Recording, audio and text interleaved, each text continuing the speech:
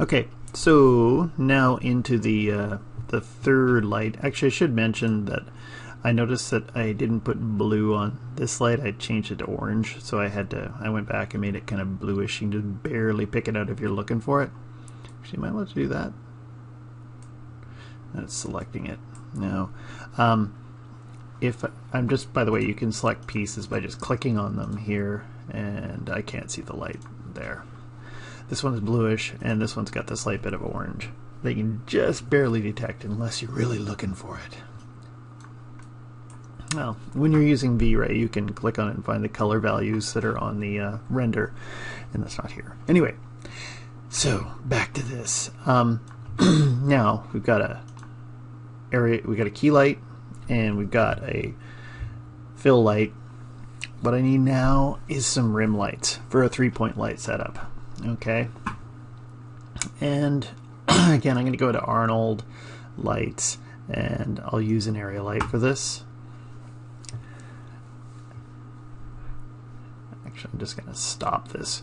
Now, the trick of this is like, so first off, your key light's up here, okay, from this angle, and then the fill light is kind of on the opposite angle, kind of filling in the area, okay, that your key light is leaving in shadows. And then we've got this rim light. So the rim light is basically supposed to be on the opposite side of your camera. So if I'm looking this way, this light should be, whoop, rotate around, staring at the camera, and usually a good distance behind. Boop. Let's move back here again. Panels, look through selected. It's just so much faster. Looking through it. Actually, this is awesome right here. I've got a problem. Okay, can't really see what I'm doing, so I'm just going to F and frame it and then zoom out. Notice it's getting all fraggy right in here. Don't worry about that. That shouldn't cause you any problems. It's part of the clipping plane. So if you really want to fix it, on your light, if I select this light, and it's going to go and give me anything, of course not. Where's it? There's the area light there. Then there's the camera shape node, that one that kind of shows up and then disappears. It's really bothering you. You can go and put an extra 0 in there. That fix it a little bit. It's actually taking away these zeros. Yeah, and that'll fix the problem. But this isn't going to stick around because remember, the node disappears. So that's the way to fix it if it looks really fraggy and it's bothering you. So next thing, I'm looking through the rim light up behind. We're looking at the render here through the shot cam. And if I hit render again, we'll see nothing, and I've got to select my light. So I'm going to grab this light. Yeah. Actually, let's just do this. I'm just going to grab it here, and I'm just going to name it. Come on. Name your lights. It's always handy because you'll start getting confused. Okay, we'll call this rim underscore light. There we go. And let's just disable the other lights. So I'm just going to go and turn them off in the light editor. Okay, great. Can't see anything from the rim light. I'm just going to open up the attribute editor. Come on, just a little bit faster. Try it again. Control A, there. And there's that camera shape, but there's the rim shape. And if I take the exposure, I'm gonna go to 15 right away. There. So immediately you can see that we've got a problem. It's showing up on the floor. If I select the rim light, and if I hold down Control and I select the plane when I'm in the outliner here, and I go to lighting and shading, and I hit break light links. There, now it doesn't show up on the floor anymore. Okay, and select my rim light.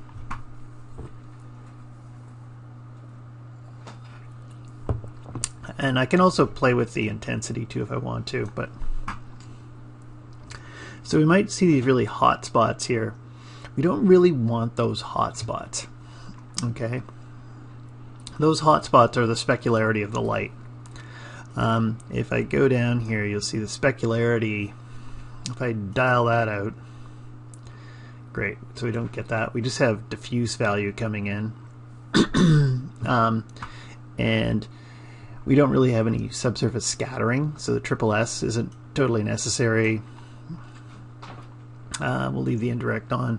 Volume, we don't have any fog in the scene, so it doesn't really matter. Volume means fog.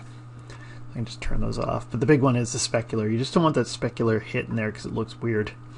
But now we can see it's kind of, the rim is kind of giving us some extra light back here. That's not really where we want it. We want to rotate this around. We want like a little bit of an edge on the outer side here.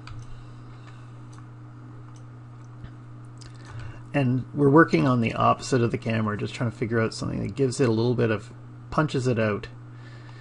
And that's kind of weird. Is that because of indirect? So I bring this down.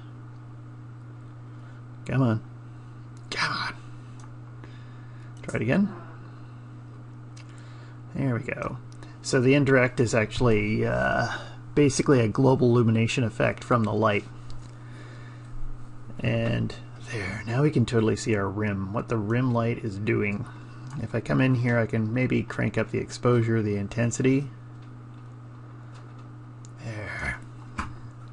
And make it stand out from the background. Looks like we got a little bit too much on this foot somehow. It's just my angle. I might have to find a better angle.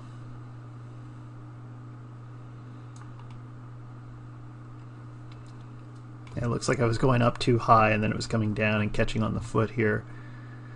And so as I do this, still not going away.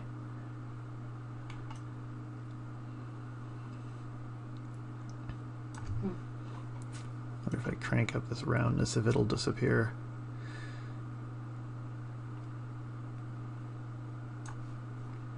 No, I might have to do some more thinking. What if I pull this down? Come on, you bastard! Everything's slow when I'm rendering and trying to record at the same time. Anyway, that should give you some indication though as I'm going in and trying to move it again. Just the rim around here, so we're getting like a little bit of a bright edge. And just for fun, let's make that another color. So I was using kind of a bluish and a reddish, and I don't know, part of me says go for magenta, something that complements the two. I don't know if I'm going to go for green because that would make it really stand out and look weird. I'll keep this really subtle though.